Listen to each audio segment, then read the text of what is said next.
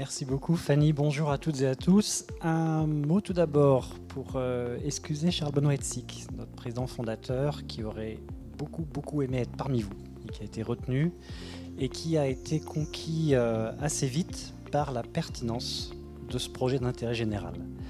Pour le Rameau, l'intérêt général, c'est vraiment la capacité à dépasser l'entre-soi pour agir entre tous. Et j'ai l'impression que c'est ce qui est vraiment partagé par l'ensemble des cofondateurs. C'est de bon augure pour la suite. Cette fondation territoriale de Loire-Atlantique, elle rassemble une diversité d'acteurs, en particulier de collectivités, d'associations et d'entreprises, et elle permet de vivre concrètement cette expérience de l'agir ensemble. Et ça a été également rappelé, l'intérêt général, ça incarne vraiment cette proximité. C'est qu'est-ce qui se passe au plus près des réalités de terrain. Et la fondation territoriale, c'est un acteur qui a une spécificité, deux spécificités. La première, c'est un rôle de pont, d'acteur de dialogue, pour favoriser le dialogue et mettre autour de la table des acteurs très différents. Et la seconde, c'est au service de quoi? Au service de projets transversaux du territoire. Et ces deux éléments, c'est vraiment le cœur même d'un projet de fondation territoriale.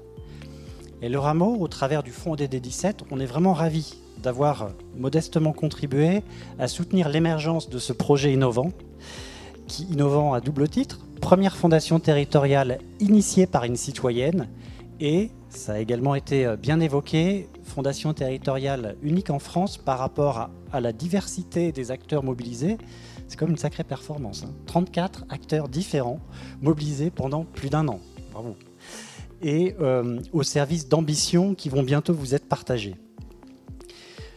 Pour le Rameau, on a envie de souhaiter beaucoup de choses, mais principalement 3 pour cette fondation territoriale. 3 choses à la hauteur des ambitions qu'elle incarne. La première, c'est que ces actions contribuent à réduire les fragilités et à créer de nouveaux moteurs de développement économique durable.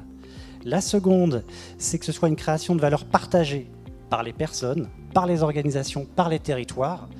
Parce que finalement, grâce à cette ingénierie du lien de Catalyse territoriale qui est déjà incarnée depuis 1 an, il va être question de dialogue, c'est déjà le cas, mais bientôt d'accompagnement et d'expérimentation. Donc 3 leviers au service de beaux projets d'alliance d'intérêt général et le plus important, longue vie à la Fondation.